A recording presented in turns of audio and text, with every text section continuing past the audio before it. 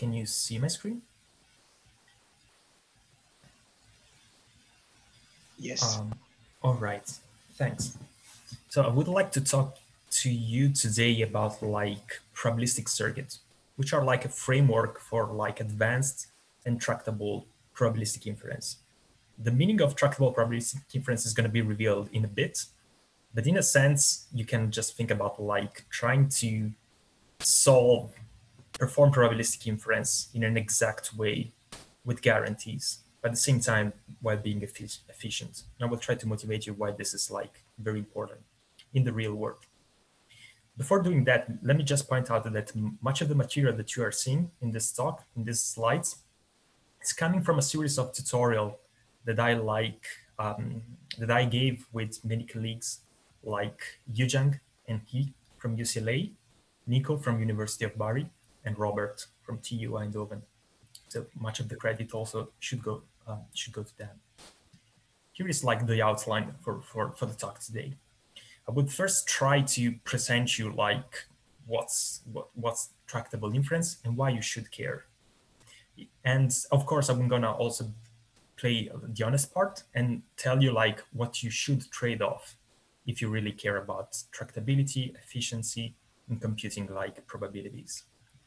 I will then try to sort of navigate through the landscape of all the probabilistic models you might have heard from in the literature, in the machine learning and artificial intelligence literature.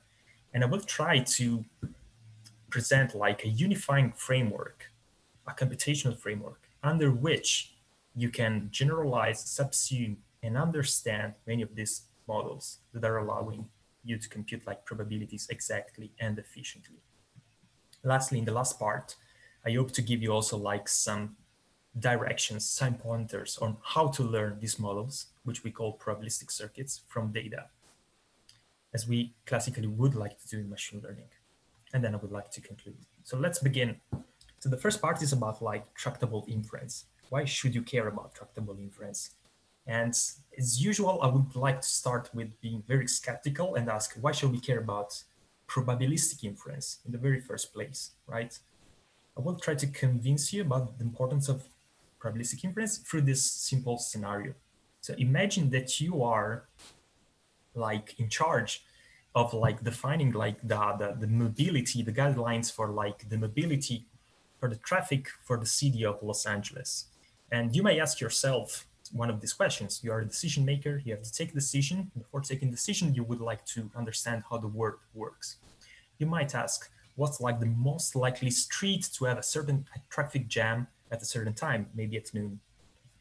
I'm gonna try to pose this question. Since you are like decision maker, but at the same time, let's say you have access to some data, classical data that comes like in a tabular format, you might want to use some some machine learning to support decision making. So maybe you can leverage this data to try to make sense of the uncertainty that's around the world. In this case, like situations of the streets in Los Angeles, and then like take some decision. So in essence, you can say that like you might want to perform probabilistic inference through trying to answer these kind of queries, these kind of questions. And we call these questions probabilistic queries. And by answering them, we're going to support decision making. So we would like to answer queries of this kind. If you are like in looking at like what machine learning models are generally doing nowadays, the answer to answer these queries would be like to just fit a classifier or maybe a regressor, in essence, a predictive model. Like the question from before has a very clear notion of like what's an input and what's an output. So if we condition, for instance, on all the rows that have like noon as at the time, we can like try to predict what are like the streets that are going to have like a traffic jam in them, right? So we can fit a classifier in this kind of purpose. This approach is going to fail you at a certain point. So it's definitely not what we're going to do. And to see exactly why this is the case, let me continue in this example. This is true that you can solve like this simple question with a classifier at this very specific time. But later on, since you have to manage and you have to take multiple decisions, you might want to answer a different question. Like in this case, what's the most likely time to see a traffic jam at Sunset Boulevard, which is the name of another street? To answer this, with the same approach, you should fit another classifier. In this case, you're a regressor, because let's say time is a continuous variable, right? And so on and so forth. So for every question, for every probabilistic query, you should need to fit a new model. This is like wasteful. And the real issue, however, is not like just wasting like computational resources. It's like sometimes questions you might want to ask do not even map to this notion of input and output, like in this case. You might wonder like what's the probability of a traffic jam on Westwood Boulevard on Monday, right? What's the output here? Just like questioning like how likely it is to see a traffic jam. Some other times you do not even have like enough rows in your data to fit a classifier, because what you're asking for cannot be conditioned on anything you've seen so far, right? So this approach is definitely not going to work. What we're going to do instead is not to fit like a series of classifiers or regressors, but to have a single generative model, a model that encodes a probability distribution, a joint probability distribution over all the features that you're observing in your data. Then you can bomb this model by posing these questions, these probabilistic queries, and you're going to receive answers from it. Let me give you like some more examples to try to get you like a flavor of what these queries actually look like. Let me switch like example from traffic to predicting like traffic jams to predicting like if statuses about like patients in an healthcare domain. So we are switching like the context, but the same pipeline is going to stay. So you want to ask maybe this time, what's the probability that a 33-year-old patient with a certain BMI is experiencing only fever? So again, you have some data collecting these health rows from health records from patients, and we're going to fit like a single generative model encoding a giant probability distribution, and we're going to pose this question to the model. When I say posing this question to the model, in this particular case, I'm saying that we would like to compute the probability of a single configuration. And in essence, suppose we have like some random variables for, let's say, age. We are setting that to a certain value, in this case, 33. BMI, let's say it's another continuous variable. We're setting the value to 25, and then we set the symptoms, here represented as binary variables, as 1 or 0. And then we want to evaluate this joint density. This is like the answer to our query in this case. Let's move to another kind of query, a slightly different one. This time, you might want to ask to your joint probability distribution, what's the probability of a patient with a BMI to 25, and you do not care about specific age, and you do not care about other symptoms. You're just interested in determining if that's fever or not. We are applying what's generally called like marginalization. We're calling this like marginal queries. So in this case, the exact computation, which is like the output of the query, is going to be like this integration or summation over all the variables you do not care about. This is like what we're going to do. My point here is just like trying to convey some at this level, some intuition that many queries are going to require some form of computation. And by the certain computation they might require, we can cluster them together into a query class. It will be more formal later on. But at this point, I would like just to convey the idea that we are essentially just bombing a single model, which encodes a giant probability distribution about many questions about states that we would like to get answered. So let me be more formal, and let me try to define like what's a model and what's like a query, and what does it mean to be like to be tractable in this scenario. So here's like a more formal definition for what we refer to tractable probabilistic inference. We have a class of model, capital M, and we have a class of query that are like, it's like a set of queries that share the same computational efforts. Let's say marginalizations, like computing integrals. So we say that this model class is a tractable representation for the query class if whichever model I pick from this class, I'm able to answer all the queries from the query class exactly in time that is polynomial in the size of the model. So this is quite important. So let me remark a couple of things here. So polynomial, most of the times, at least in this tutorial, would be like linear in the size of the model, and which is good, which is even better. What really matters is that the size of the model should, of course, like also be like polynomial in the size of your inputs. If you think about like just the number of random variables for simplicity right now. And implicitly I'm sneaking the idea that we should only focus on like exact computations. And why is that the case? Because like exactness is like the highest guarantee possible in terms of like correctness of our results, right? We would like to perform reliable inference. Why is this the case? Because if we are performing this kind of like inference and in iterative fashion, we're asking many questions to probabilistic models, we would like to get like reliable results, even more like in domains that are really sensitive, like healthcare, finance, so on and so forth.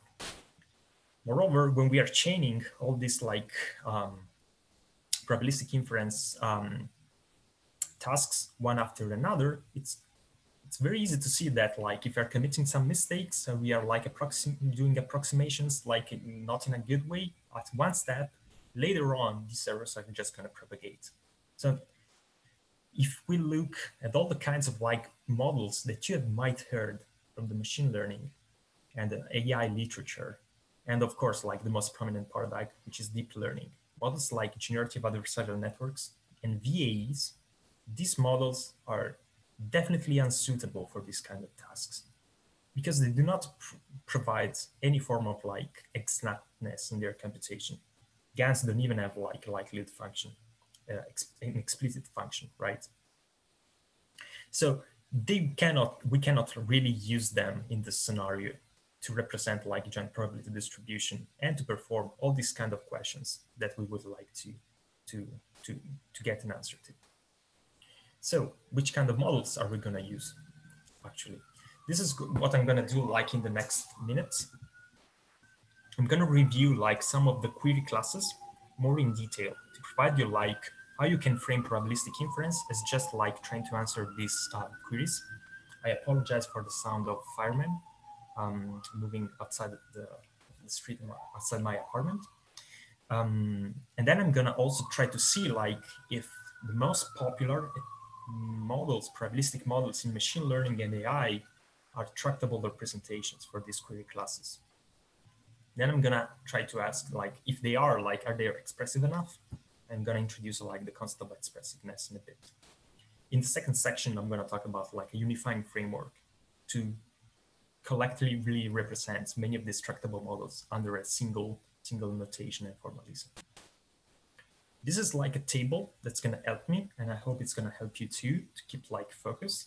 I'm going to put like all these query classes that I'm going to introduce as columns and model classes as rows.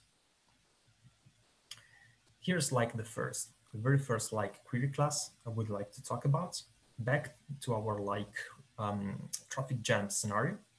So here's one example of this query class, which we called complete evidence. What's the probability that today is a Monday, it's noon, and there is a traffic jam only on Westwood Boulevard? So if I have like these random variables, one representing the day, the time, and this indicator variables for the jam, I can answer this query just by computing what's the probability of the giant density, if you want, for like a complete assignment. Just put a value for all these variables. This is like something that we usually normally do when we want to learn the models by doing maximum likelihood learning. More of this kind of like learning route paradigm are going to show up like in the third section.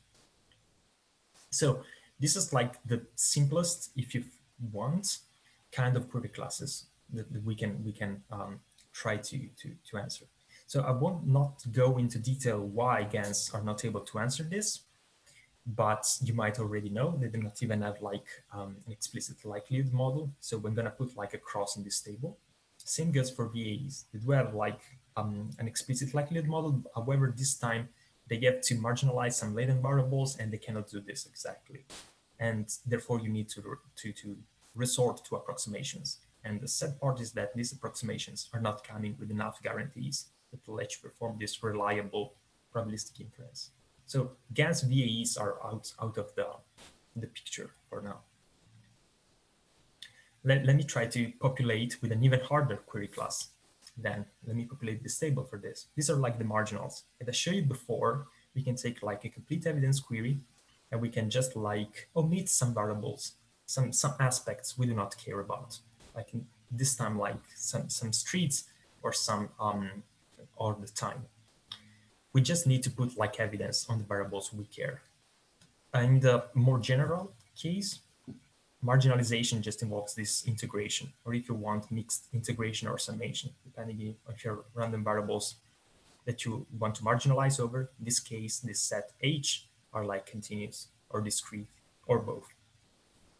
This is the general form for marginalization. And of course, if you can solve like marginal queries for shorthand MAR, you can also solve conditional queries. Because you could rewrite a conditional query as a ratio of like two marginal queries, right? So the probability of some query Q given some evidence E. I'm gonna put like a couple of slides in this tutorial to give you like how these probabilistic inference scenarios are really, really rooted in like practical applications. And if you're able to compute them exactly and efficiently, like in this case, tractable marginalization, you can also boost your application performance. In this case, scene understanding.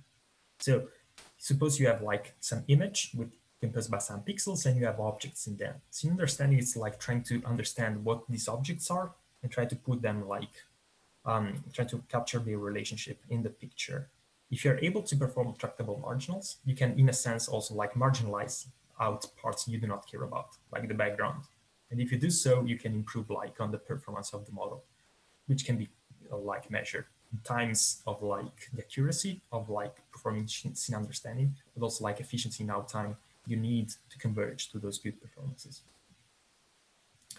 So I do not have to go into detail about like what normalizing flows are here, but I would like just to point that there is like a third option from the deep learning community. If you're not using GANs, if you're not using VAEs, you must be using normalizing flows. While flows do support complete evidence, in general, they do not support marginals and even conditionals. So this table so far, it's like the picture for the status of like the three most popular models in deep generative modeling. And it's somehow a sad picture because it seems like while they can be like very expressive in modeling probability distributions, they cannot be really used to perform articulate probabilistic inference for the tasks we really care about to solve real world problems. So there must be some other model that can do this, right?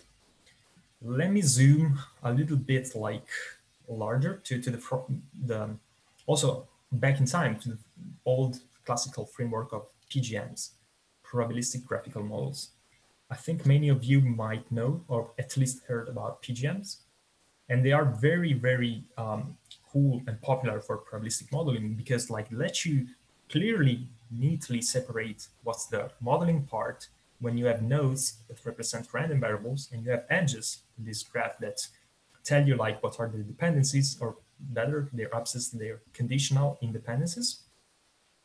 And you have like this representational part that can be separated from like performing inference, that is answering these probabilistic queries.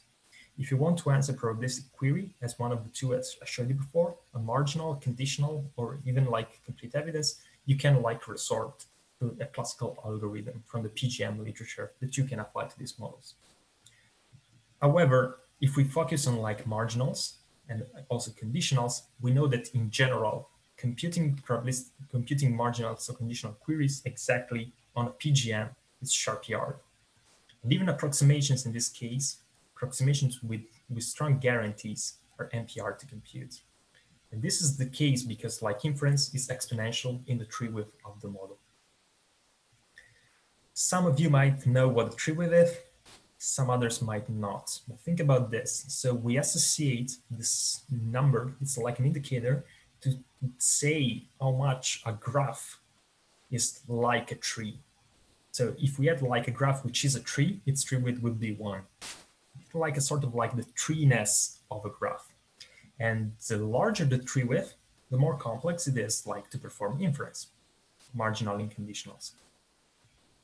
in practice, people know that like if you fix the Treewidth, and therefore we're talking about fixer parameter complexity, then we are able to solve like marginals and conditionals exactly and efficiently.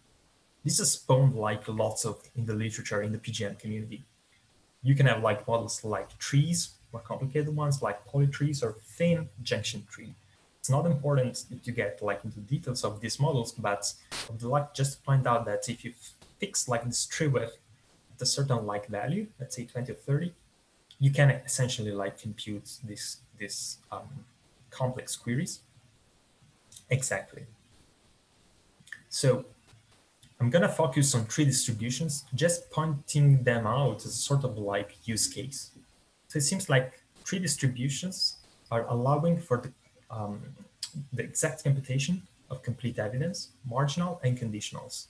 This is the case because the joint distribution here, as you can see, just factorizes as the product of these conditional distributions, and every node is a single parent. So that's quite convenient. Therefore, if I put like tree distribution in our table, we're going to see suddenly that everything is tractable so far. All the previous classes that are out of the reach for the deep learning model are now tractable for a much simpler model, right? Tree distributions. And this is like an old model, has been studied a lot. So something must be fishy, right? We must be trading off something.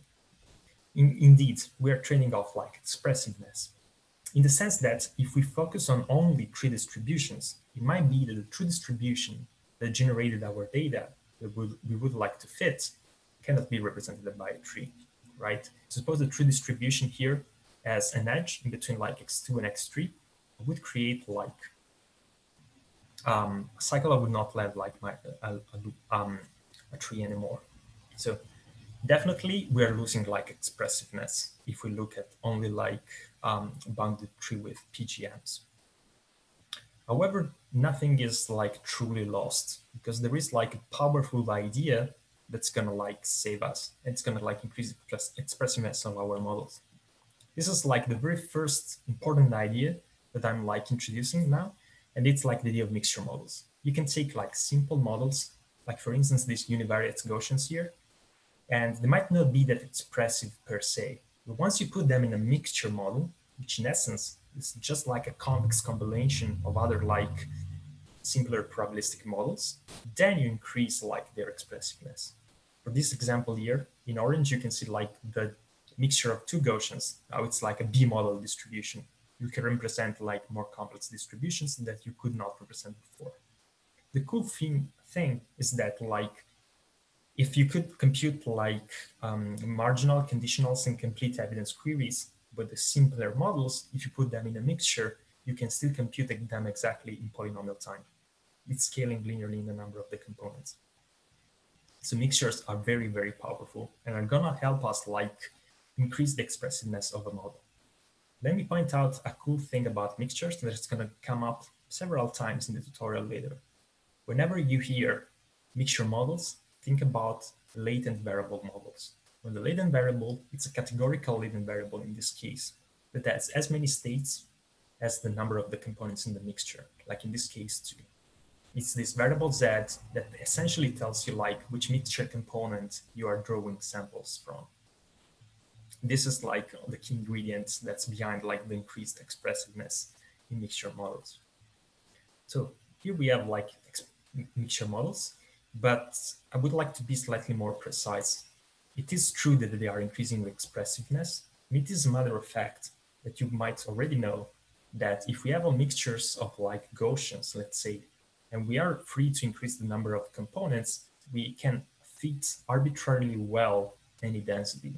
This is like a universal approximation property of mixture of Gaussians. That's quite powerful if you think about this. The caveat is that you might need lots of components. So we might say that this model class is expressive, but not that expressive efficient, in the sense it might need lots of parameters to fit equivalently well some complex distribution. Let me just give you very quickly an empirical flavor of what this looks like. So if you have like densities like this one, which are in 2D and might be very complex, you might need lots of Gaussians to represent them exactly. in a good way. So this, you have like two components and the fit is not that good. With tens, not that good either. You might need to increase this to hundreds to get like somehow satisfactory fit of these densities, right? So later on, you will see like the trick will be like to try not to fit like a mixture with many components, but a shallow one, but many mixtures, one stacked on top of another. This is the ingredient behind deep generative modeling that we're going to explore. So this is like the picture we have so far. Completing our table. Mixtures are as tractable, if you want, as trees, in the sense that they support the same kind of classes as trees, but they are like more expressive. So we're going to stick with mixtures. And we're going to move to add like another query class to the mix. This class goes under the name of like maximum a posteriori, shorthand map. Some other times you might have heard that as like most probable explanation, because we are interested in like the most probable state of some variables given some others. Here's one example of the class.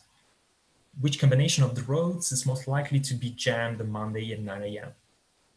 So we want to solve this maximization problem.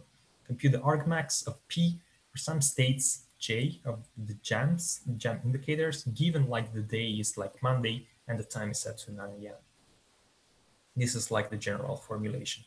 In essence, when we are doing like predictive tasks like classification, we want to predict like the most likely state of one variable, which is our label, our target variable, given some others, right?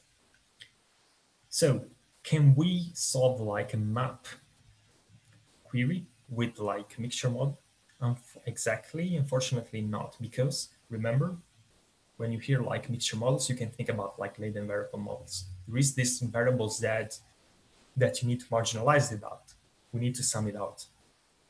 Unfortunately, we cannot swap the max with the sum over the latent variable z. If we were able to do this, it might be that we could have like a tractable solution for this problem. So in general, map inference is like hard for mixture models. Let me point out that sometimes you might have like different sets of variables, like in the image inpainting scenario that you are observing, and all the rest you would like to predict. It could be like the left part of an image after you observe the right, or the top after you observe the bottom, so on and so forth. So this is like a concrete application of like map inference. People in machine learning are doing that like in many different ways. If you're able to do this like exactly in a principal probabilistic way, of course, again, you're gonna like benefit a lot in practice for some criterion for your performance. Might be also the accuracy of the reconstruction. Here is like the small summary table that we have so far. The mixtures are hitting a wall. We have to put a cross here. We're not able to compute map inference. Whereas we can still with trees, right? Here is like a very classical depiction of this trade-off between like tractability and expressiveness. Trees are more tractable than mixtures in this case. And however, mixtures are more expressive than trees, right? But to be more tractable, we have to give up something. This is like what it seems like from this picture. The sad part is that I'm not even talking about even more complex query scenarios like marginal maps, map, and AP. So in this case, we still won't perform maximization, but we are at the same time also marginalizing some variables out. So we have some query variables, Q, some evidence variables, E, that we are observing, some variables we don't care, H, we want to marginalize out. So again, we can apply the same line of reasoning as before, and we cannot commute like the maximization with the summation over this variable. So you might already have a hint that also this problem in general is quite hard. The sad part is that it's even MP hard for trees, which are quite simple. And even for trees that are a super simple star shape, like models like naive Bayes in machine learning. So it seems like that's quite a hard task. And indeed, we have to put like a cross for all the models, the model classes we've seen so far. Even trees are not able to solve this like exactly. Seems like we are going into one direction where we have lots of like sophisticated probabilistic queries, questions we would like to answer, but we cannot find like a model class to answer them like reliably. Before introducing like the second powerful idea from this part, to actually enable many of this to be like solved tractably, let me point out that there are even more advanced query classes, like trying to predict which day is most likely to have a traffic jam on my ride to campus, which involves performing marginals at the same time of performing maximization, while conditioning on some complex events, in this case, like trying to enumerate possible routes that are taking you like from where you are to campus that you can represent as logical constraints. Or you might want to know maybe what's the probability of seeing more traffic jams on one neighborhood, Westwood, than Hollywood, another one. In this case, you need to do some counts or do group comparisons. So these are advanced queries, and there are more and more about this. I will leave you some pointers about this later. Just want to point out that we can provide many more columns here. I'm gonna group them as like advanced queries, just to point out there is like some mileage where all the model classes cannot really arrive. So I would like to use these arguments to then ask you, what if there is actually one model class that is able to answer all these complicated query classes? This model class really constitutes like the second powerful idea we're going to exploit later on. And this is like a class of fully factorized models. Of course, the model class is so simple that you can answer all of these complicated, intricate query classes exactly because complex problems just decompose into much simpler problems. Like in this case, like univariate problems, and you can solve them independently. This is a form of like very powerful way of thinking, which is like divide and conquer, divide et impera approaches. So per se, it might be like that a fully factorized model is not that powerful, but it provides like factorizing things, provides a very powerful idea we're gonna use like later on. So this is like our recap so far. Let me like provide you another view on the same kind of recap with this like 2D plot. I'm gonna order like the model classes we've seen so far and also many others from the literature on the x-axis according to the fact they are like less expressive or more expressive. And along the y-axis, if they like support more tractable classes of queries or less. So deep models like VAEs, GANs, flows, but also like classical Bayesian network, PGMs, Markov random fields are very expressive, but they are definitely not tractable. On the other end, much simpler model like Treewidth bounded PGMs, polytrees, trees, naive Bayes, and it's even mixtures are definitely more tractable, might be not that expressive. It is clear that we would like to be over this red X, over this like spot here. So my whole first part was like really to conduct you into this sort of like understanding that there is a trade-off between tractability and that expressiveness. And then later on, I would like to build up like a framework and show you that you can really populate this quadrant, this orthant here. And you can like not only be tractable and expressive, but understand exactly what are the properties that let you be so. This is like the end of the first part. So it's also a good time to ask questions about something that is not clear at this point. Any questions so far?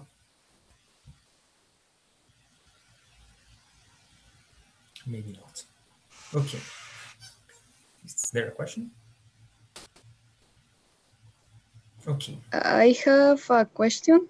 Please.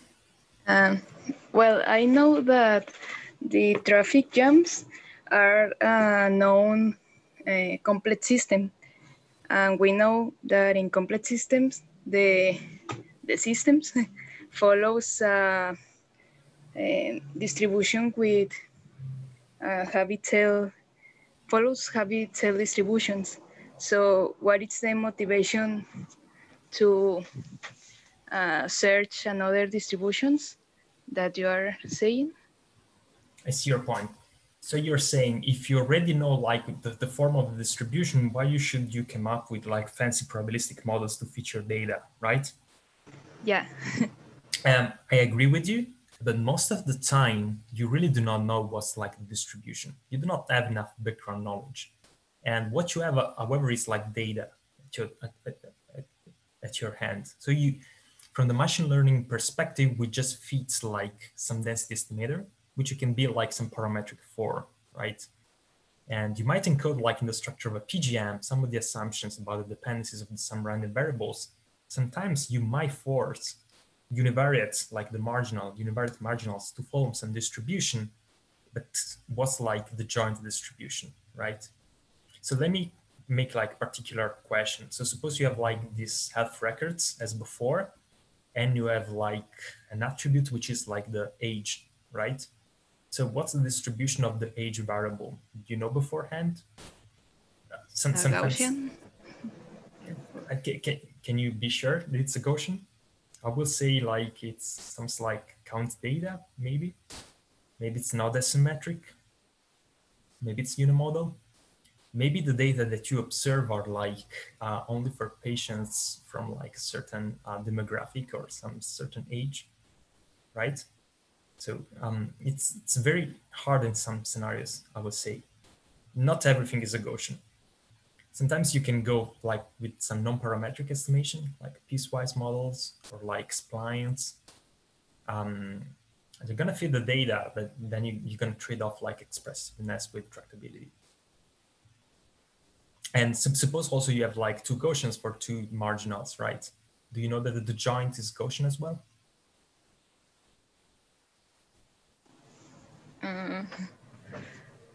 The problem gets at all levels of modeling, I guess. Whenever you are sure about the distribution, right? Maybe you're in a physical setting, and then you know for sure that like some physical property must obey some law, right?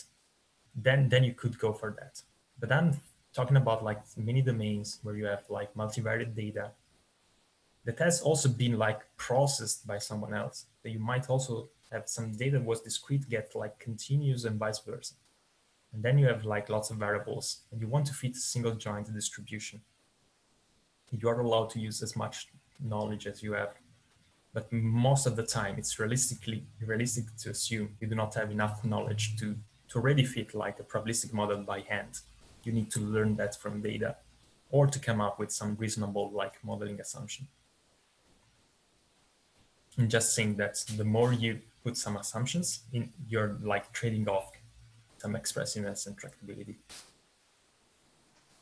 Okay, thank you. Thanks to you. Nice question. All right.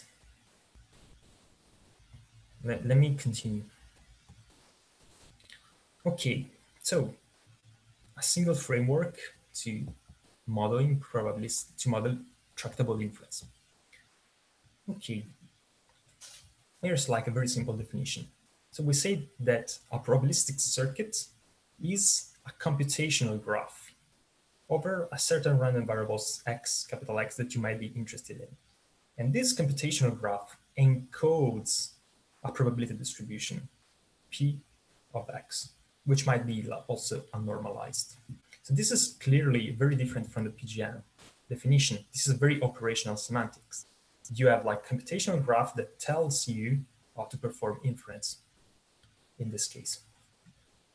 So we will see in a bit that also the way we build the graph, the way we constrain that, it's going to be like the key to enable tractable inference.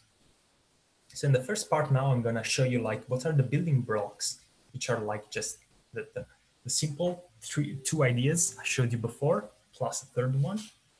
And then I'm going to like try to revise back the query classes that I introduced and try to tell you like what are the properties over these computational graphs that are making these query classes tractable. And then we're going to see how to learn that. So here is like the simplest probabilistic circuit ever. It's just like a computational graph made by a single node. And the single node, which we call like input distribution, is just like a whole distribution, which you can think like as a black box. This can be like the joint density of a Gaussian, for instance. This can be like some Bernoulli, or it can be like an indicator function, which is like a sort of a degenerate Bernoulli when you're putting all the mass on a single state. It could also be like some fancier distribution, like a Rayleigh distribution, or I don't know, a Poisson.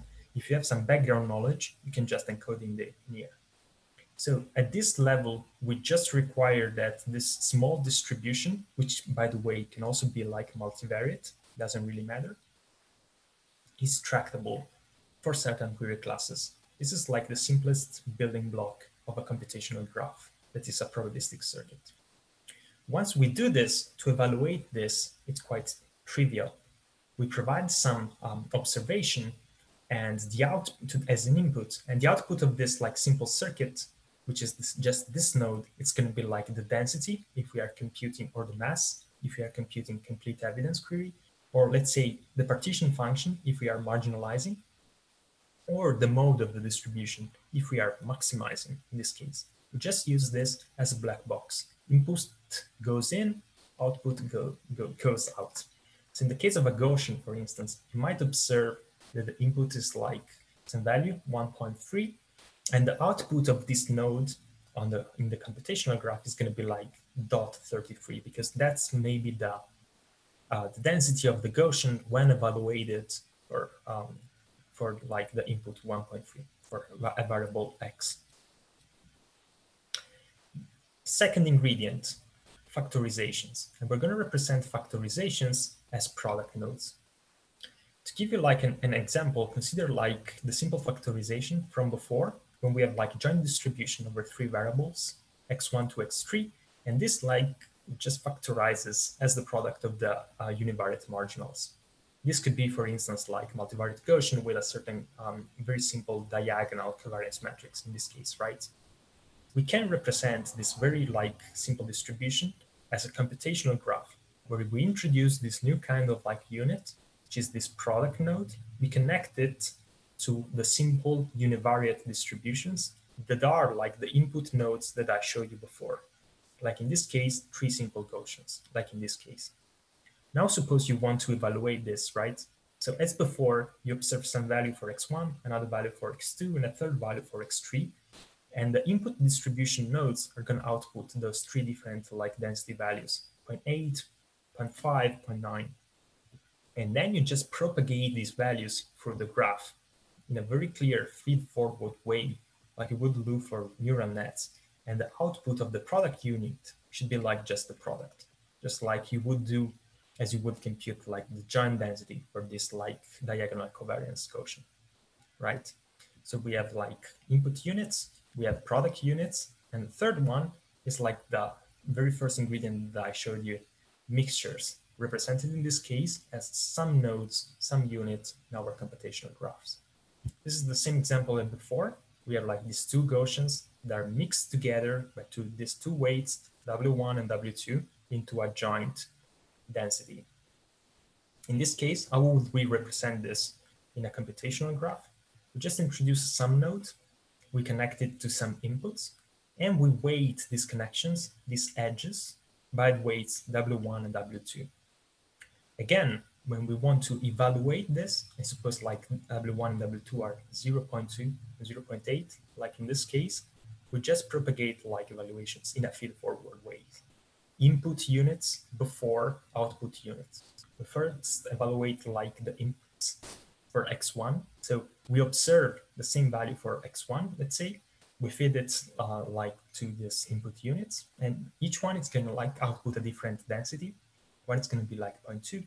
The second Gaussian is going to say like 0.5, and then we're going to mix them together with the weights. And the output of the whole circuit, which somehow it's called the root, it's going to be 0.44. Just these 3 simple ingredients are going to provide us a tremendous power in representation, because we can recursively compose these 3 rules over and over. We can have a simple tractable distribution over some variables, and that's going to be like a probabilistic circuit, a computational graph, a small one. However, we can have like a sum over like small computational graphs. We can have a product over smaller computational graphs. Then we can have like a sum over products over computational graphs and sum over products over sum over products. Then you get the story. So these are like three simple elements, and these are the rules to build like computational graphs that are like probabilistic circuits. If you want to have like more like flavor, if you want to program them and build them in software, here's like a framework in Python. It's called spflow, and here is like you would like build like a PC as before. You can import some base distributions, let's say categorical and Gaussians, and then combine them together in this like domain-specific language, putting them into products and into weighted sums. And you're gonna have like a PC. Just to point out that PCs are not PGMs, not probabilistic graphical models, let me stress like the commonalities, in this case, the differences. When you see like a node in a PGM, you're clearly referencing like a random variable. In a probabilistic circuit, we are talking about like a unit of computation, like exactly what we need to compute to evaluate a query, like a sum or a product. Edges in PGMs do encode like dependencies or independencies, while really tells us like how to evaluate the circuit, like they dictate what's the order of execution. While for inference, you just need like different algorithms, to evaluate a PGM, and you have to bring another algorithm to your same representation. For circuits, the inference is like embedded in this data structure, in this computational graph. You just need to perform like a feed-forward pass for most of the queries, and for some of them, it's like a backward pass, just like backpropagation in the neural nets. As a matter of fact, they are more like neural nets. They are constrained neural nets, a special kind of neural networks, more than like PGMs, right? But what does this mean exactly? Does it mean that we can just stack them in a fully connected layers, one after another, summon products as if they were just like normal neurons in a neural net? Unfortunately, no. As I like told you before, we need structural constraints to ensure tractability for certain query classes. And the initial question is that which constraints for which query class? Let me introduce like the first two, which are somehow you will feel very natural according to what I said before. The first one is called decomposability, and it's a constraint for all product nodes in a circuit. So we say like the circuit is decomposable if all the product nodes are decomposable, which means that like for all the input nodes that they are attached to, all the nodes like depend on disjoint sets of variables. Like in this case, this node depends on x1, this other one depends on x2, this one depends on x3. This is like a non-decomposable circuit because this product depends on like on 3 inputs, but these 2 inputs share the same variable, right? If you're sharing the same variable, it is clear that this is not going to be like a valid joint probability distribution. This is not going to be a factorization. This is why like decomposable product nodes naturally encode factorization. The second one, it's called like smoothness, and it's like a constraint on some nodes in a circuit instead. On the other hand, for smoothness, we would like that the input nodes to a sum nodes would have exactly the same set of random variables. And this also makes sense. Consider this circuit here, which is clearly not smooth. It has like 2 inputs, and the inputs have like different like random variables. If you think about like maybe probabilistic models, when you are trying to put in a mixture, a variable which is the age of a person, and another one which is a weight, it doesn't really make sense. When you are talking about mixture models, you would expect that you are mixing like 2 distributions over the same state space, right? They're talking about the same thing. So 2 simple constraints, decomposability and smoothness, can give you like already quite a power in tractability. And this is the case because if your circuit is smooth and decomposable, you can answer all possible marginal queries in tractable time just by evaluating the circuit once. So this is like feed-forward evaluation. Computational time is essentially like its complexity. It's essentially linear in the size of the circuit. Let me give you like just a concrete example of why this works. So suppose we want to compute like the hardest integral ever, the partition function of your distribution. which means like essentially marginalizing out all the variables that are in your distribution and then all the variables in your circuit. Let's say that this is like the small toy circuits that you have with these nodes. Now, to show you that what you really just need is like smoothness and decomposability, to be more precise at this point, they are like sufficient to allow tractable marginals. Look at how like the distribution encoded by all this circuit here and hence like encoded by its root here in orange is essentially just a weighted sum because this root is a sum node. And then if you assume that this node is like smooth, we can rewrite the partition function, which is like this big integral here, as the integral of this weighted sum, where these components here are the input nodes of the distribution of the root. Then we can just swap integration with summation. We're allowed to do that because by Fubini we can do this, and moreover all these integrals are going to have, like by smoothness, the same set of variables. So in a sense, we're taking a larger problem here to be computed at this level of the circuit, and then we end up to two smaller problems to be solved here. Let's repeat this process like recursively. Now we have to solve like these integrals at these product nodes. And then we say that these products are decomposable. They encode factorizations. For simplicity, let's consider like factorization over 3 elements.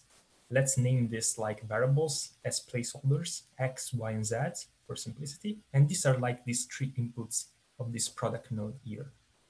If we want to solve like the partition function at this level, we have a multivariate integral over 3 variables. But since this joint distribution is just a product of like 3 distributions over this joint set of variables, we can rewrite this multivariate integral as the product of like smaller integrals. Here is like where you're applying this divide and conquer approach.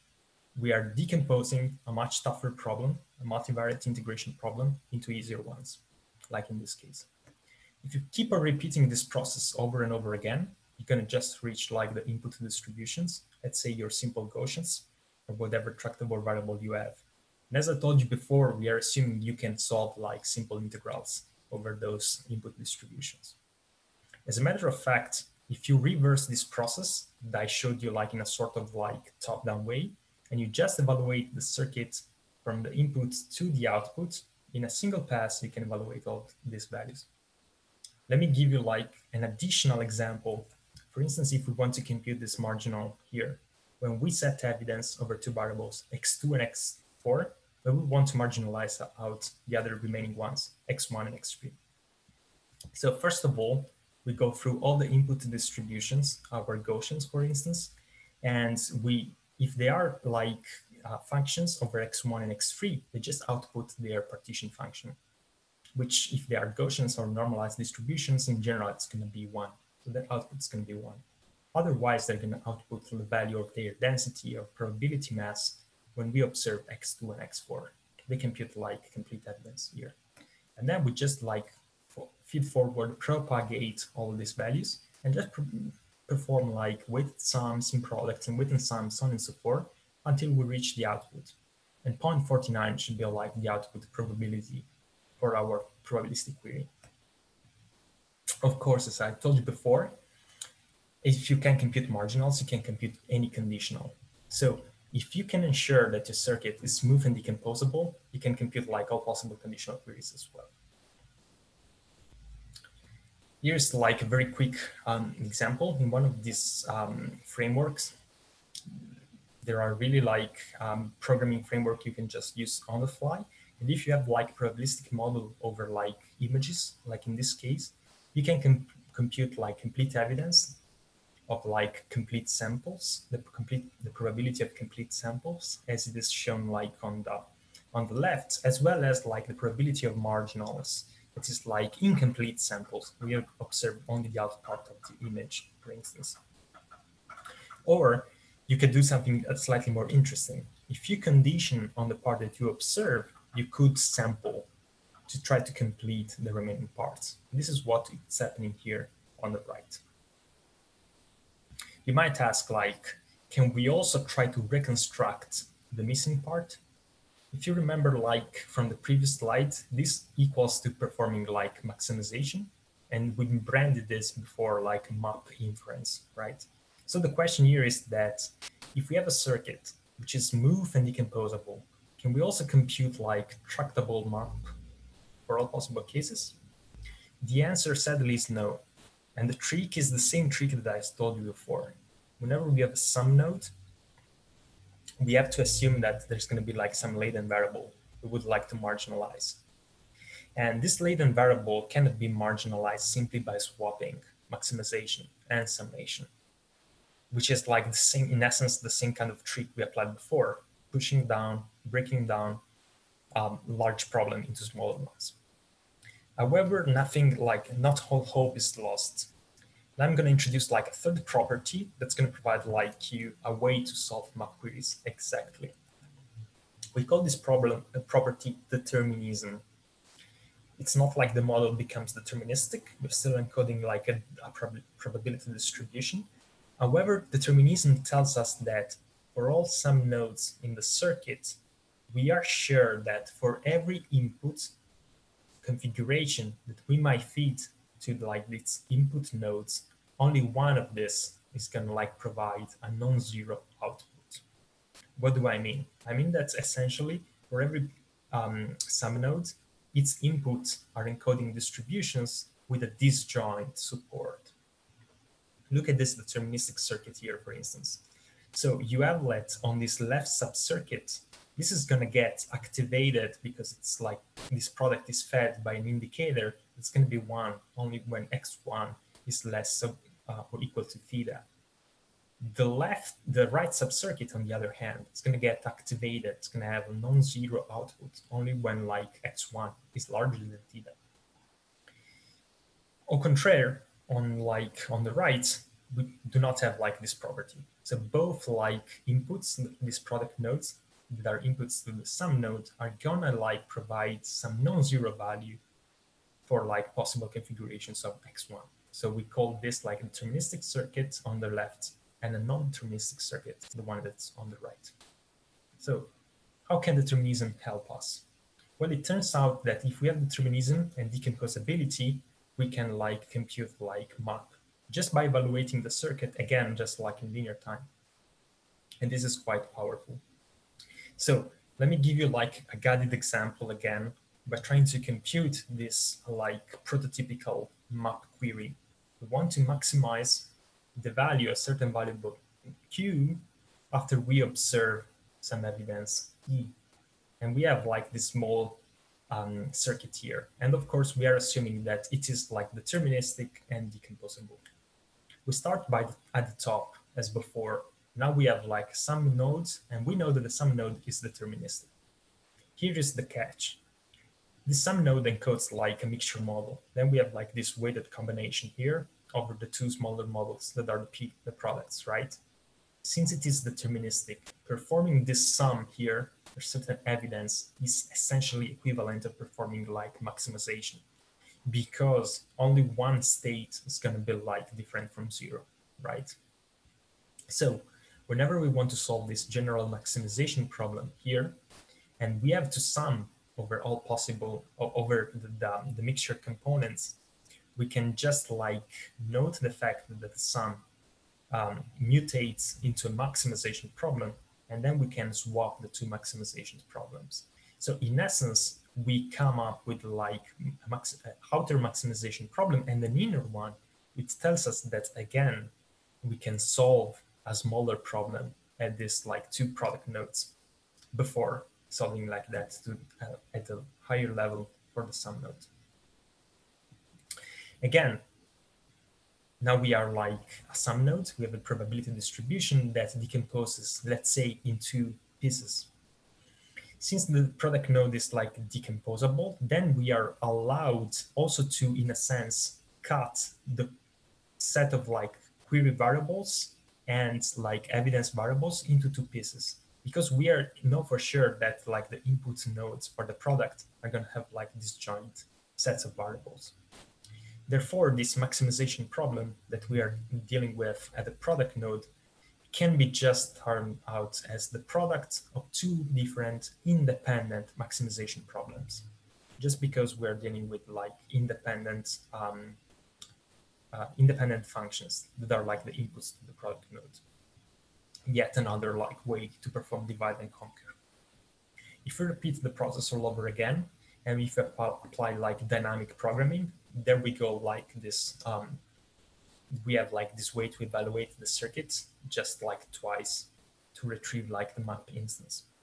So very quickly to give you like another concrete example, suppose you want to compute like the probability of x1 and x3 given like x2 and x4 being observed. So what we do is that in essence, we are allowed to translate sums into max nodes because we know that they are deterministic distributions. And then we can just like evaluate the parts that we are observing, P of x2 and x4. And our distributions are going to output in this. Again, we can propagate this in a feed-forward way, just performing maximizations and products until we reach like the root. Therefore, we can essentially backtrack like from the roots back to the configurations and reaching the input distributions while we can retrieve their modes. This is in essence what you do, what you might know under the name of Viterbi algorithm when you want to decode, let's say, the most probable state for like an HMM, for instance. Let me quickly try to wrap this up, and maybe it can be like a good time for like questions. By trying to argue, can we compute a like marginal map if we have a circuit which is like deterministic and decomposable? You might already know like the answer. Now we have to perform this marginalization, and this might be tricky because like in this case, we cannot swap like that. We cannot consider this sum over the latent variables of a mixture model or over a marginal query in this case, as if they were like just a maximization operation. So we cannot. So it turns out that we need more structural properties.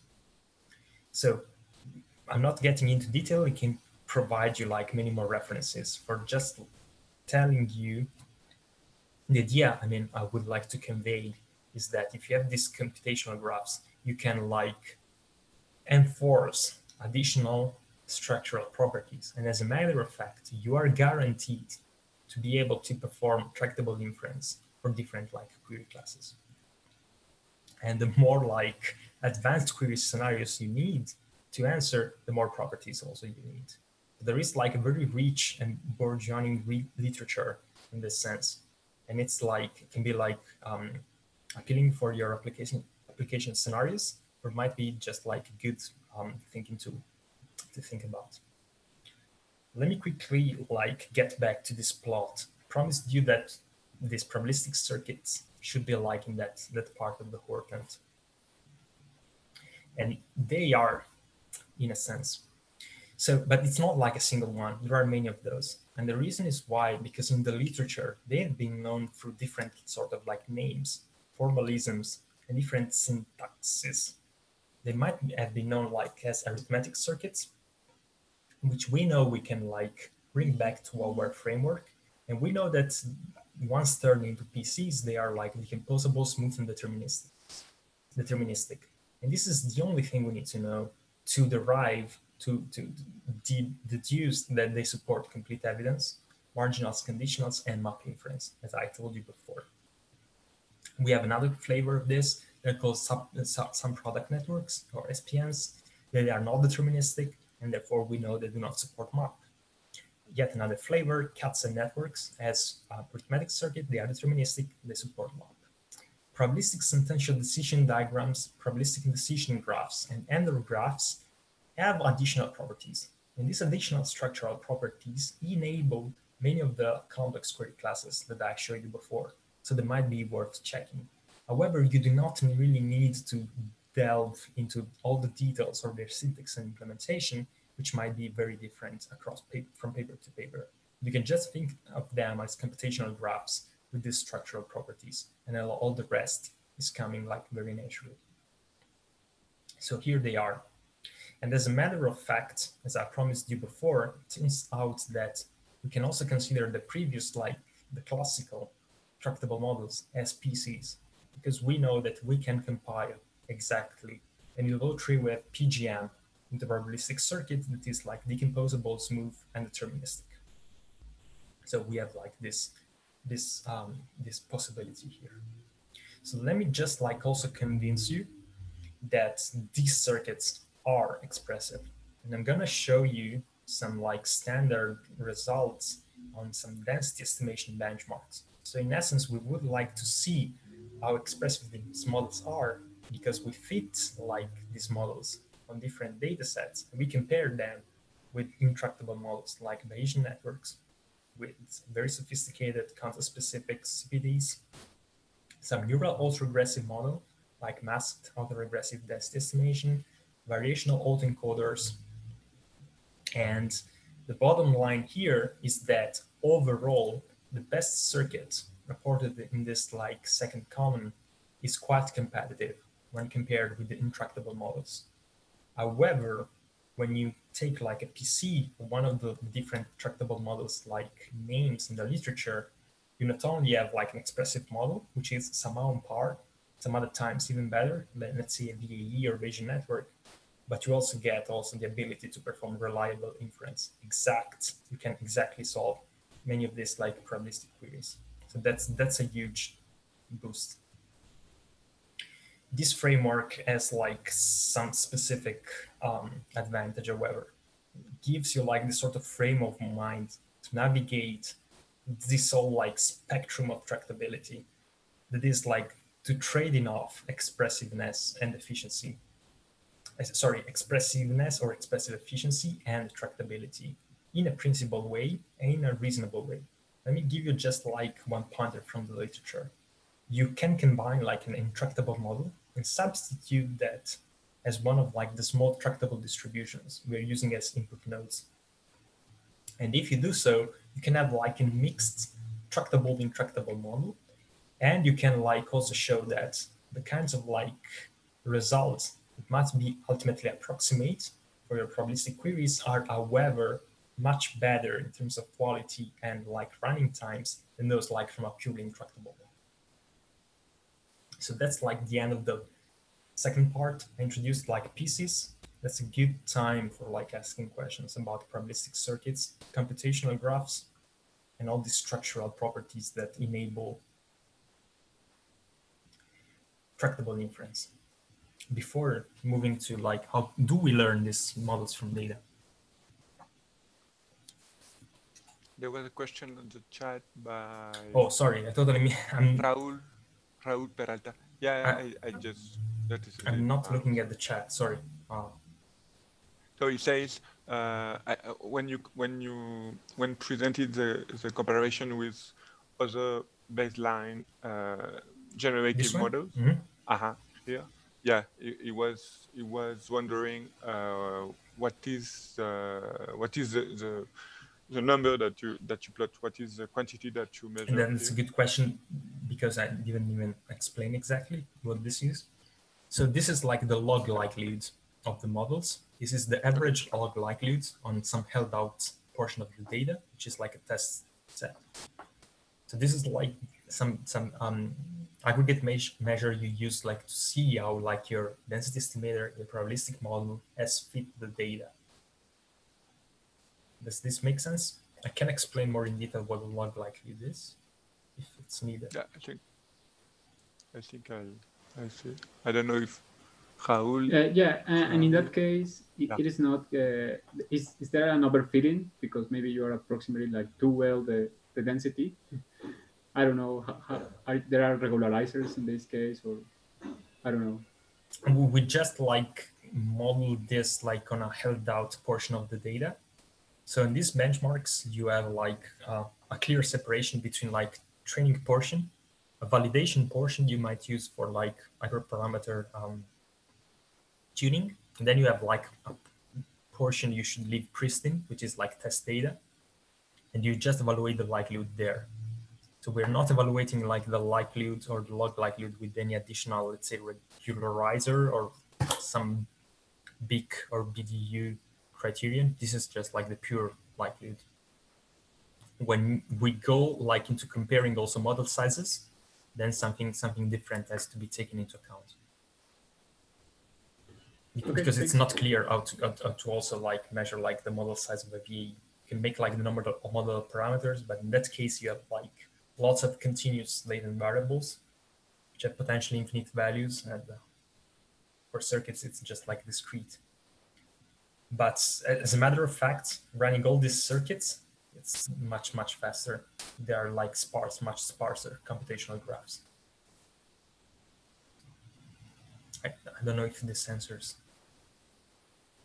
Yeah, it makes sense. Thanks. I have a question. Yes, please. Any assumptions about the distributions of the variables? Because I can see that, I mean, making these operations like products or compositions of Gaussians I mean, I can see that, but I mean, do they have to be discrete variables, or it could be any distribution? It can be any distribution that lets you compute, let's say, the quantities that you're interested into, because ultimately you have to compute, let's say, integrals if you do marginal queries over these small units, right? So for unit variety distributions, we know it's like integration is a piece of cake. For many of these parametric distributions, we already know, like in closed form, what's like the value, for instance. For like the partition function, most of the time it's just one. Or we know the normalization constants. We also know the mode, if we want to compute like maximization. So if you ask the question, how do I decide which sort of parametric form shall I put in there? I'm gonna show you like in a bit that if you just want to, from a learning perspective, of course, if you have background knowledge, you can always use that. You're not limited by the circuit structure. You can mix like discrete and continuous distributions. You can have a mixed continuous discrete distribution where you're mixing like densities and masses. That's allowed. Again, if you want to go like non-parametric in the sense that you want to use like, let's say, piecewise approximations, piecewise polynomials, for instance, to have like more flexibility, and you know like how to compute like integration over these simple piecewise polynomials, you can do that. So there are works in the PC literature that are dealing with like heterogeneous data, when you have like mixed, discrete, continuous, and when you want to you have some background knowledge, you try to like, you already know like the types, or you want like more flexible types. And there are even works where you try to learn the statistical data type, which can be like continuous, can be like discrete, for the continuous can be like positive, can be like interval data, and the likelihood model. So you might have like the positive continuous variables distributed according to an exponential, or it can be like a gamma distribution. And you are learning not only like the parameters of the distribution, but the most like probable likelihood model for a single variable given the data. So we can like learn this jointly all together. In the second part, I'm not talking about this very specific learning scenarios, more at a high level, but we can talk like some more later on. I don't know if I like confused you even more. No, it's great. I mean, there will be some downside on this. I mean, looks too good to be true. It is. So let me just point something out, right? So this is like, let me go back here.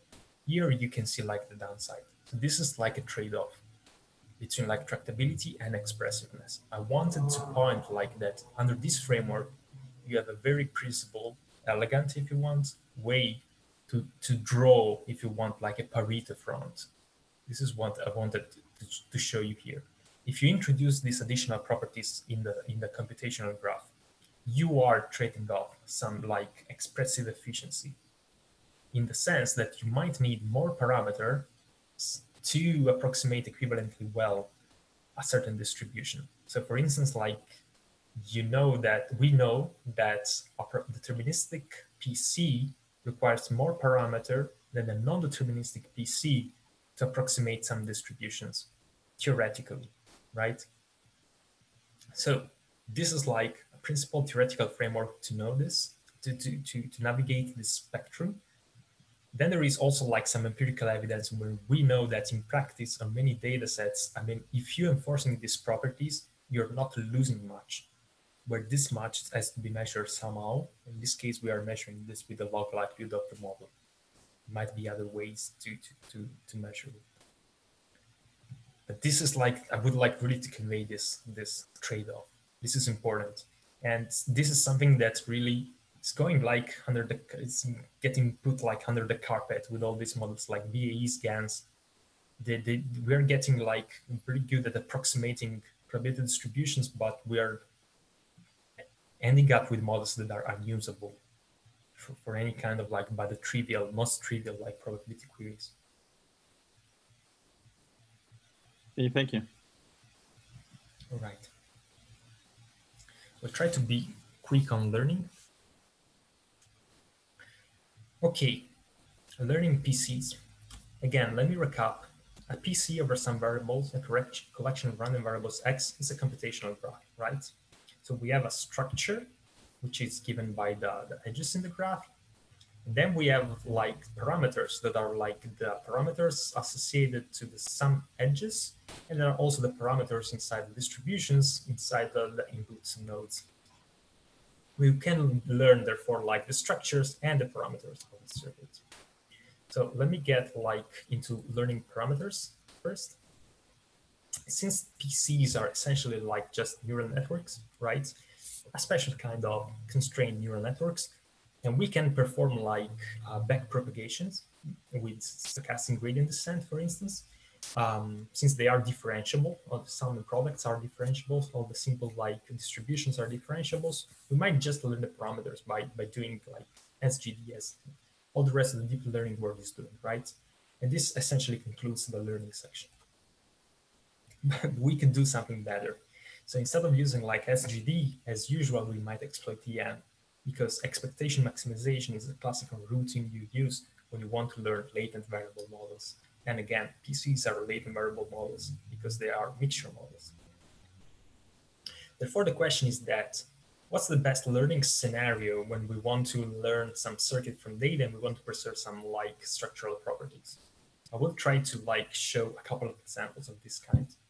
And I will also show something that makes PCs very different from like neural nets. We can learn the structure with very simple heuristics, but just as exploiting the very clear probabilistic semantics. So let's start from like the simplest PC ever again, a single node, an input node, which is like an input distribution.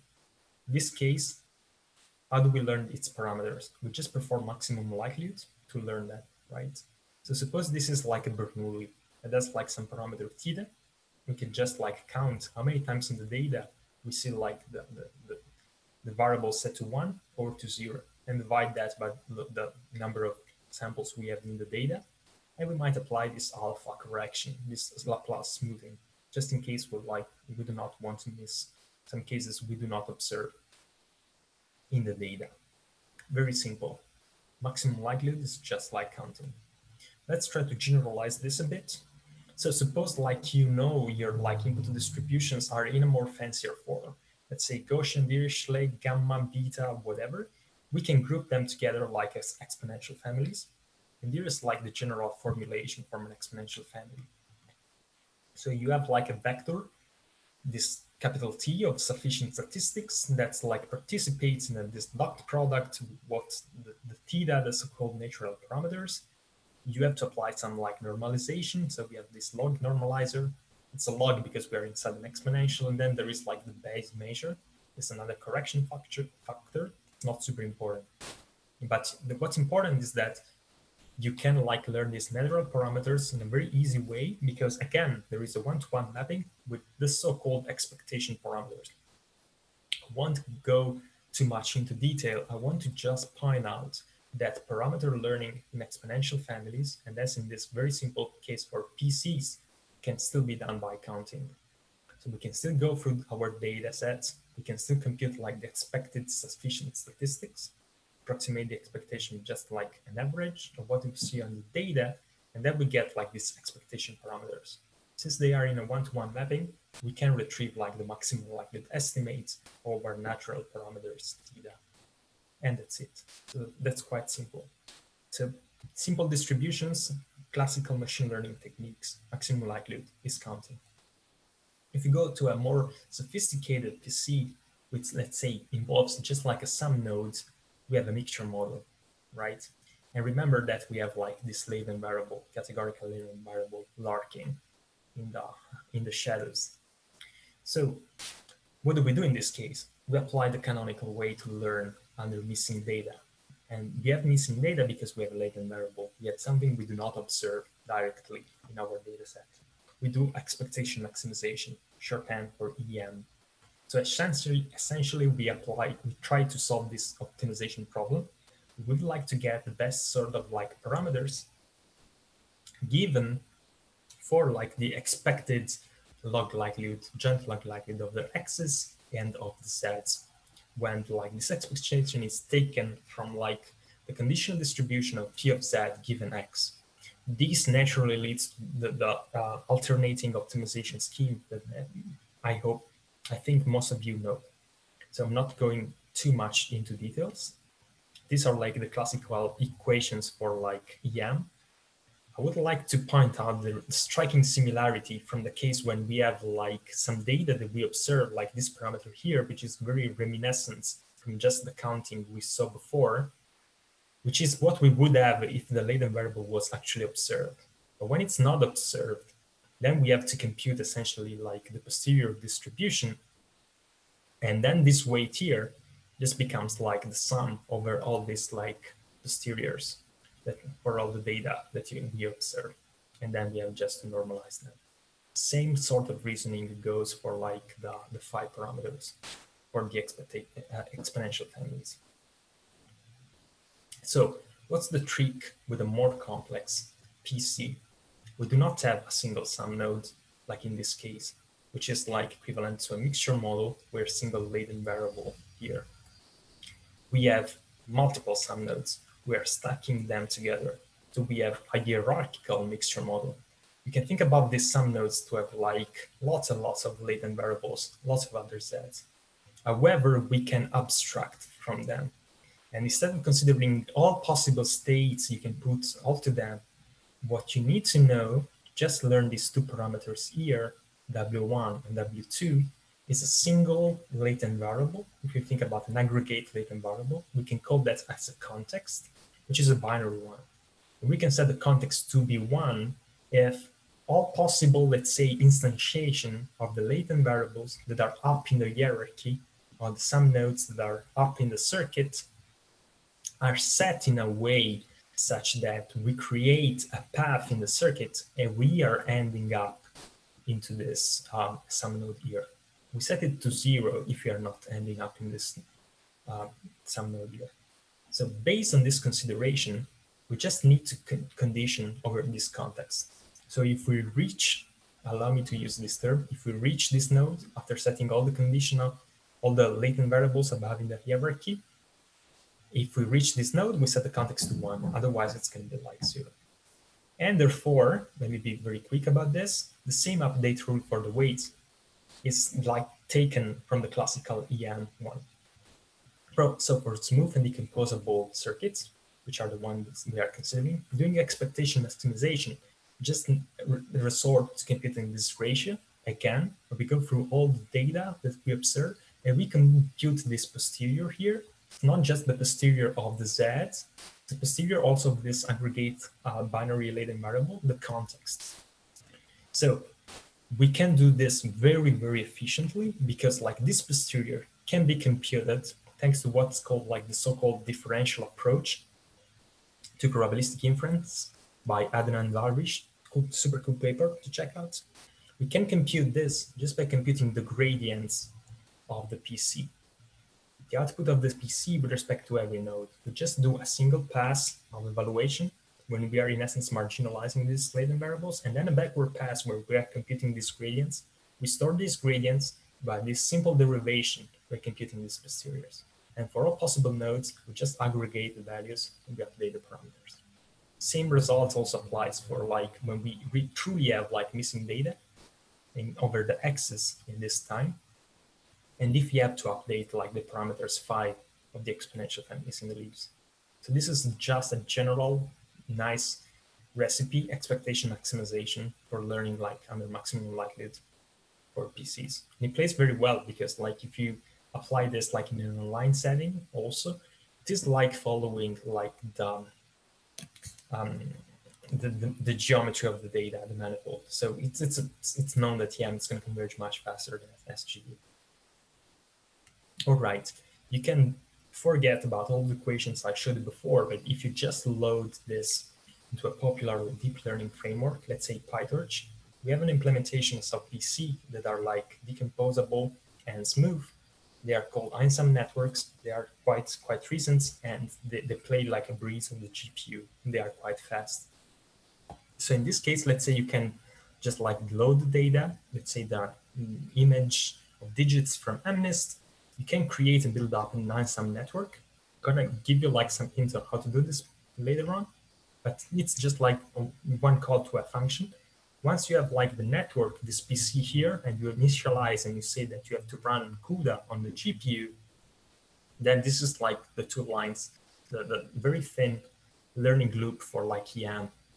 So in essence, you first do the forward pass when you do compute like the log likelihoods, this forward pass here of your training data for certain batch. You collect this log likelihood, then you do the backward pass. And then in this like EM process batch, there is like the magic that I described before, where we just collect these gradients, we compute like the posteriors, and we use the posteriors aggregated to update the parameters. And this is quite fast. So it converges fast as expected from YAM and runs fast also on the GPU. So a circuit with like a moderate size, let's say 1,500,000 parameters on a not so big but not so small like set of like samples, trains like for a full epoch like in 3 seconds or something. So that's quite promising. Lots of like non-trivial work has been put like to map these sparse graphs to the GPU efficiently. Here are some references if you are more interested in these kind of details. It's quite remarkable. Okay, but what if we do not only want like a smooth and decomposable PC? We also want one that is like deterministic because we want to solve, let's say, map inference exactly. Well, in that case, allow me to remind you that it's even easier because like we can just perform like exact ML. We can just count. And the reason to do this is that the latent variables in this case are just like observed. This is like the example of like the PC that is deterministic from before. Only one of these sub-circuits is going to provide like an output that's going to be non-zero. And if that's the case, essentially means that if we know that this comes from here, the non-zero output, then the latent variable Z associated to this some node is like effectively set to 1. It's a function of the data. If you do this, it means like it's observed. If it's observed, we don't need to perform YAM. You can just do in a single pass through your data set and just like trying to count and keep track of which like contexts have been activated for every sum node. And if you keep doing this, so we just do again maximum likelihood as a general recipe by counting.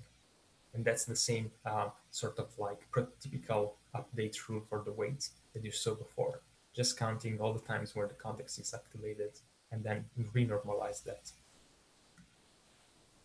All right, let me be quite, let me get you to some maybe more useful pointers. If you are using like Julia for machine learning, we are developing at UCLA a very nice library, which is called JUICE. So JUICE provides you several routines to deal with probabilistic circuits, but also like for more advanced query classes that involve their cousins that are like the logical circuits. What I want to point out is that if you have a circuit which is like smooth, decomposable, but also deterministic, then parameter learning, as I showed you before, it's fast. If you add that you can do these computations very efficiently in a parallelized way on the GPU by CUDA or on some like parallel SIMD architecture, this really is a breeze. It's very fast. For instance, in this case, you have like a circuit which is like relatively big, 200 7,000 edges, and you have some data, let's say 17,000 samples, and you can estimate in a single pass all the parameters for these circuits that are like in this order, 300,000 parameters in just like 63 milliseconds by allocating not much memory, 65 megabytes. So that's remarkable. And this is like the additional benefit of dealing with determinism, if you want very fast closed form parameter learning. Of course, if you would like to be Bayesian and treat your parameters as random variable and putting like sensible priors over them, you can also do that. This is like a line of research that has been exploited quite a lot in the literature. You have to pay some prices, however. Whenever you have like a Bayesian model of this kind, even if you involve PCs, you're losing tractability. However, PCs might provide like a very good way to come up with like tractable approximation for Bayesian units. So here's like a sort of like recap table when I just showed you how to learn like the parameters of generative PCs. If you're like determinist, you have a circuit that is deterministic. In that case, you have like closed form, maximum likelihood estimation, or if you are like non-deterministic, and then you have to adopt, let's say, SGD, like normal neural nets, or EM, and you can be like faster, or even like some Bayesian approaches. Let me give you some flavor of structured learning to complete like the picture. So if you have in some domain, you might sort of like create at least partially the structure by hand. So if you have like that your data is very structured, like in images, you might try to perform some form of recursive slicing. What do I mean is I'm going to show you just very practically with this example. This is like your image, and you have like, you can divide that into 4 quadrants. Let's say top left part orange, bottom right blue. What you can do, oops, I'm messing up with the screen. So what you can do is like, you can partition that, and I'm going to indicate partitions by this like empty rectangles into 2 slices, like in this way, if you're cutting this like, let's say vertically. But you can also cut it horizontally. So you can have like a sort of alternate way of partitioning that. And you're going to have like 2 smaller images comprising these different like groups of areas. You can repeat this process over and over. And so this region here can be partitioned into 2 smaller regions. Same goes for this one, and same goes for the other ones. And at a certain point, we are just reusing the previous regions that we are like cutting. These cuts can be done very naturally for images because it's very natural to like just follow like the horizontal or the vertical line. We have like the implicit assumptions that pixels that are close to one another must be correlated, right?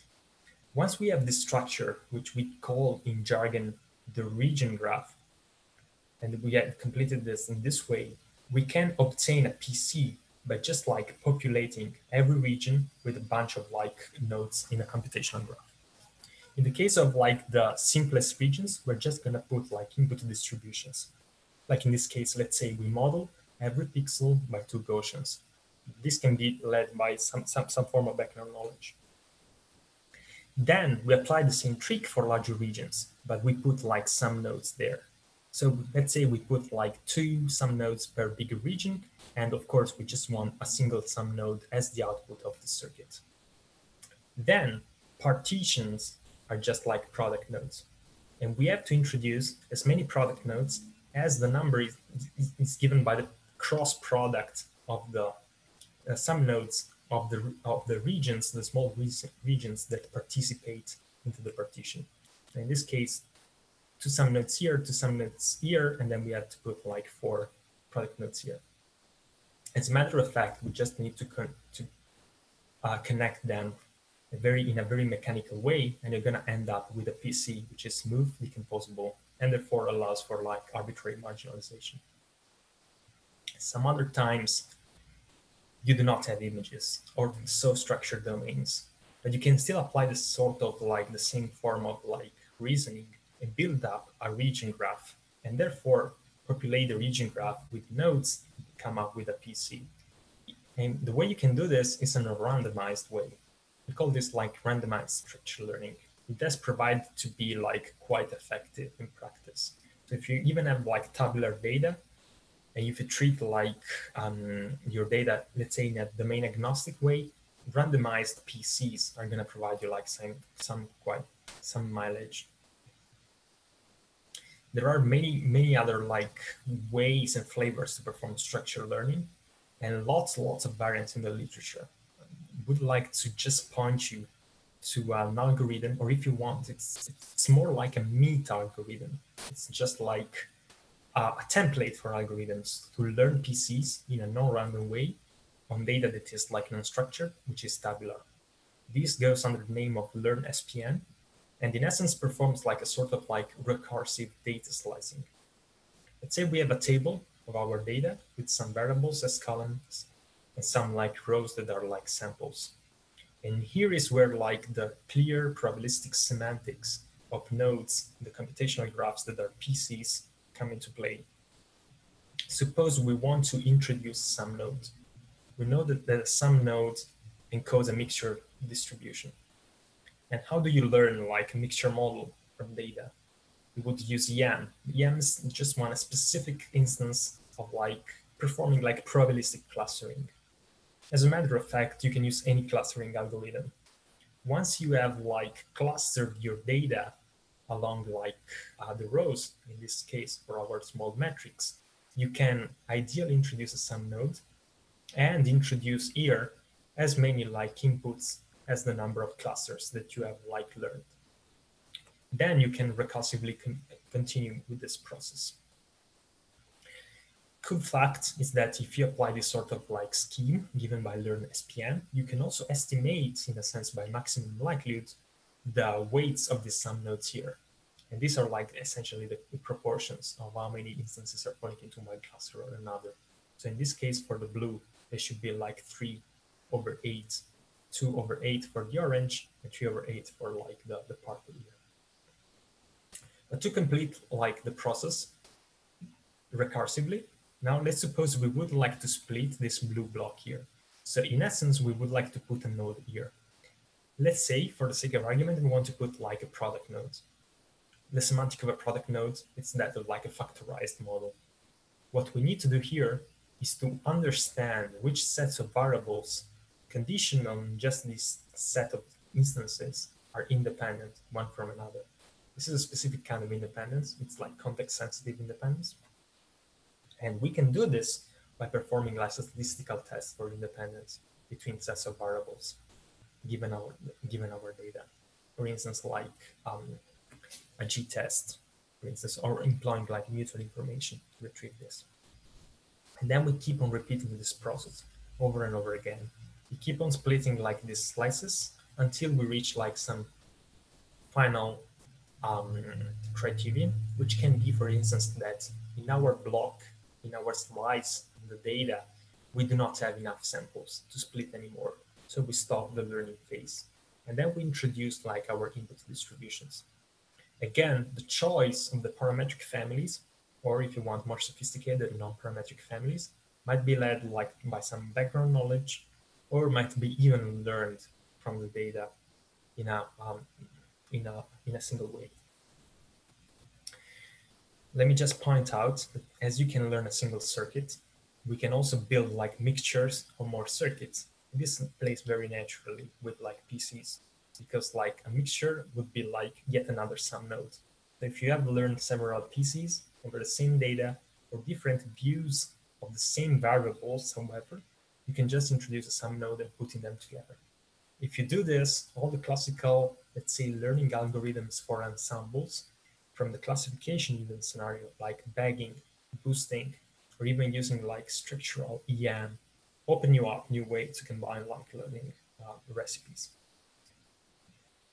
Here are like a bunch of literature references for you, also on the discriminative cases that I'm not touching in this talk. I'm about to reach like conclusions. Could be like a good way to ask questions if you are still alive on the learning part. if you have any and are still alive.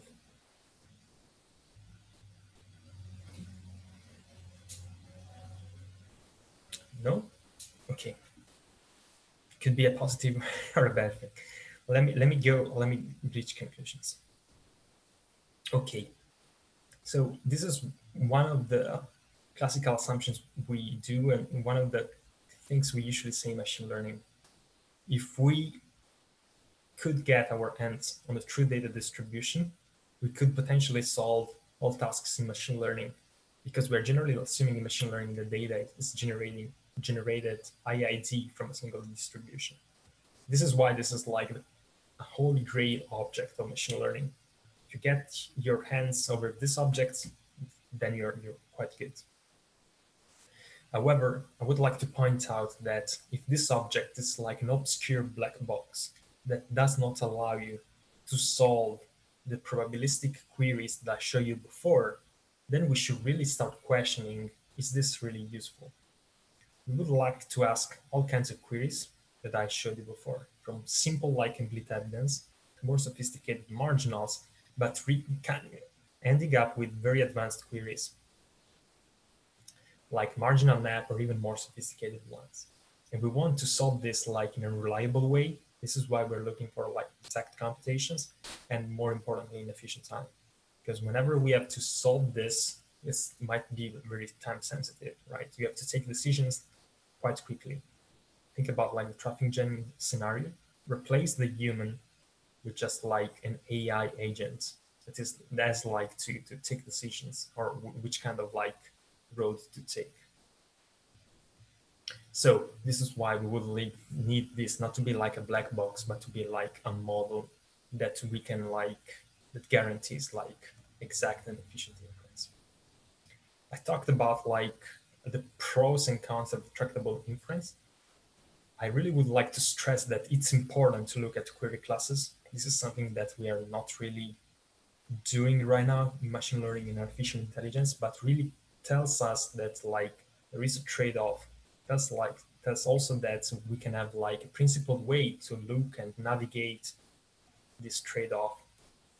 And we can build a whole framework over this probabilistic circuit to move again this trade-off and like enabling or disabling structural properties of computational graphs that's like lets you stay at the sweet spot, solve all the classes of queries that you're interested in without giving up like for expressiveness. And I hope to have provided like also some ideas and some references on how to learn these circuits from data. So takeaway number one, tractability is not like a binary property. It's a whole spectrum. It's important to look at like model classes that are tractable with respect to query classes.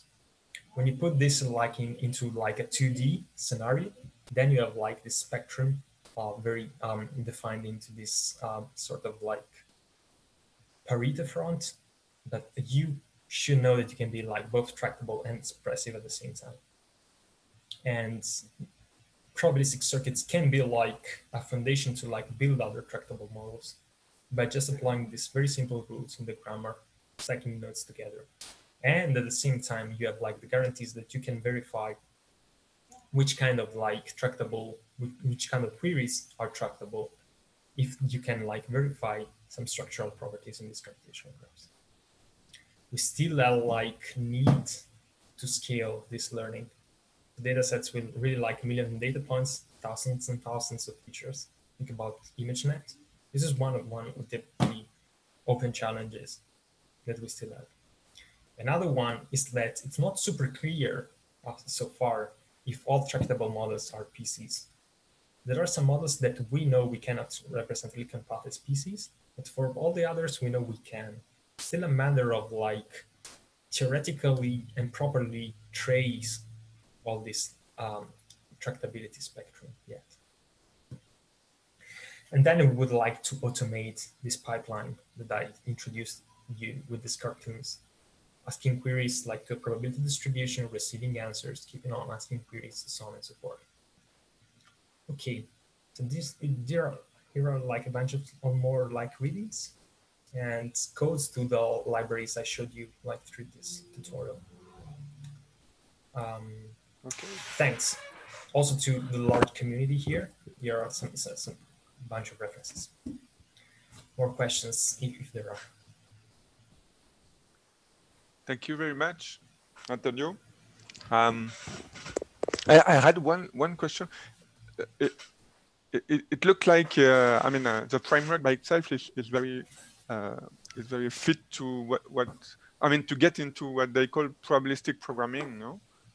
Because it's very how could I say it, operation oriented framework, as you said at the beginning.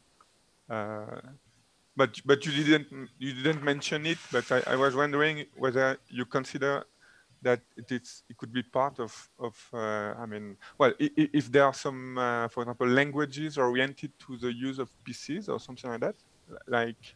There are. I didn't talk about this. Okay. So there is, first let me point out, there is a there is a huge body of literature that uses PC to compile parts of probabilistic programs, and therefore having like tractable inference, exact and efficient inference. And you can find this like in probabilistic programming and also like probabilistic logic programming. I can share like more references later on.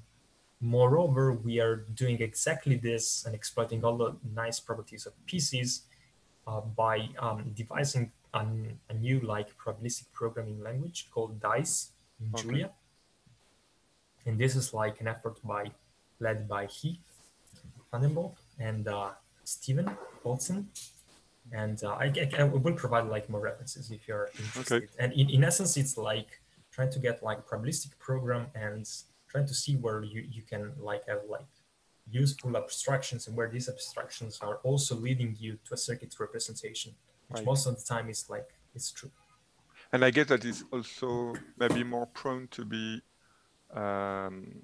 hardware implemented or something like that, no? Because that's a very good point. I didn't talk about this, but these computational graphs are somehow tricky in the sense that if you think about like general deep learning framework, they do not play so well because they are sparse. So you need like to do something like more involved to reach the same kind of like efficiency through software libraries like CUDA. However, if you have like a more flexible, like let's say software hardware interface, you can map them like quite efficiently to the hardware. So there are like several works recently mapping like PCs on the FPGAs, and they are quite fast and essentially just like playing with like sum and products. On hardware is like, of course, like taking care like of like underflows, and maybe you need to go to the log domain, but there are works also investigating like which kind of representation you should take into consideration. I can provide like more references about this. That's also very promising venue. Okay, thank you. Thanks to you. Do we have more questions among the? Yeah, there is one question, Johan. Wait, what about simulating from a PC? Oh yeah, sure. You mean like sampling, right? Sampling. So we can definitely do this because remember at PC you can think about this as a hierarchical mixture model. So the way you would sample from a PC is like essentially you need to sample first of all one value for all the latent variables that are like encoded associated to the sum nodes. So it's like you can start from the output of the PC, its root, and then you start sampling. For every sum, you decide like a single branch, a single edge to follow because you have sampled the corresponding categorical latent variable. When you reach like a product node, in essence, you have to follow all the possible branches. If you try and do this, what you are sampling is in essence is a sub-circuit, which is like a tree in a smooth and decomposable PC. And you're gonna end up to a bunch of like the input distributions only. And then you sample from them to obtain like a configuration of your observed variable axis. So this process gives you like a sample from like the latent variables and the observed variable. Right. Do you have more questions among the participants? I have another question. Yes, please. When you talk about the fitting the parameters of the distributions, someone asked if the distribution should be only Gaussian, and you said that it could be anyone, but this distribution have to be with fitted moments, or is there a problem if the distribution have infinite moments? All right. I mean, depends on the distribution. So if it has infinite moments, if you want to compute, let's say, some probabilistic query, which is in essence computing the moment of the overall distribution, right? Since computing the moments is just like computing integrals, we are decomposing gigantic integrals down to small integrals to the input distributions to aggregate them back, right? If you remember the partition function, if your input distribution cannot compute that integral, you cannot compute the overall integral. It's going to be undefined, right? So again, it depends on what you want to compute. So if you just want to use, I don't know, was that a Cauchy with some like undefined moments? I guess Cauchy distribution. Yeah, it's Cauchy have infinite moments. For instance, for that case, like you can use that if you're interested into like normal, I don't know, modes like map inference or computing complete inference, or even for some marginals. But if you want to compute like the moments of distribution as a probabilistic query per se, like an additional column in these tables that I'm showing, you might not compute that. It's undefined over the joint distribution, right? Does this answer your question? Yeah, but if you are fitting a data set, oh, for fitting. Even, yeah. Okay, I mean, for fitting, just like this boils down to the question, like, can you fit like the parameters of like Cauchy or not of Cauchy with maximum likelihood? That's the question. So if you can, then you can do this with maximum likelihood. Otherwise, you might need some more approximate, some more sophisticated technique. So I don't actually remember if you can fit like the parameters. If there is like even a closed form, or if it's not a closed form, but it's like, I don't know, concave problem. I don't remember. So I would do this. If I know that this is like my distribution and I would fit like the distribution, I would first check like, can I compute like optimize the parameter of this distribution by maximum likelihood, and check on a statistical book reference. And if the answer is yes, it means that this will play naturally with all the framework we've seen so far. If the answer is no, then the question would be like, how to fit that? How would people fit this? So for instance, like, might be wrong, but we might want to fit some parameters of a truncated normal, right? We do not have them in closed form, but we know that we can do like some convex optimization to find them. And therefore, like, we can use like the overall framework of like SGD, just doing back propagation through the network, just provide like the input distribution, the gradient it needs, then to find like its parameters.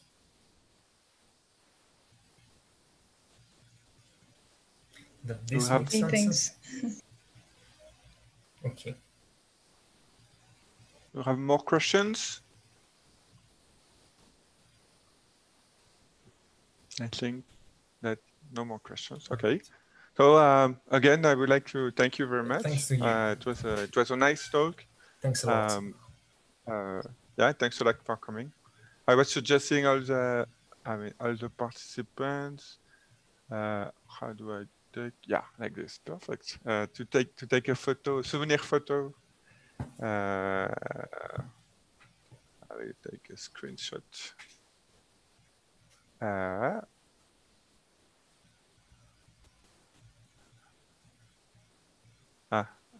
Johan was missing. Johan is the guy that I told you about. So Johan, you didn't meet with Antonio at Santa Clara, right? The other winter. So he's working with Laura, the Mexican student in Leuven. Hi. Another screenshot. Right. Okay. Perfect. Okay. So again, thank you very much. Thanks for listening. Muchas gracias. Muchas gracias a todos por estar también. Seguiremos como en, ¿qué día estamos? 23, como en como 2 semanas con el siguiente seminario, que va a tener que ver también con Machine Learning, pero en otro área que es de procesamiento de lenguaje natural. Este va a ser el 14 de octubre. Les enviaré también como les enviaremos, perdón, toda la información más adelante. Ok. Very good. So, pues muchas gracias a todos. Voy a apagar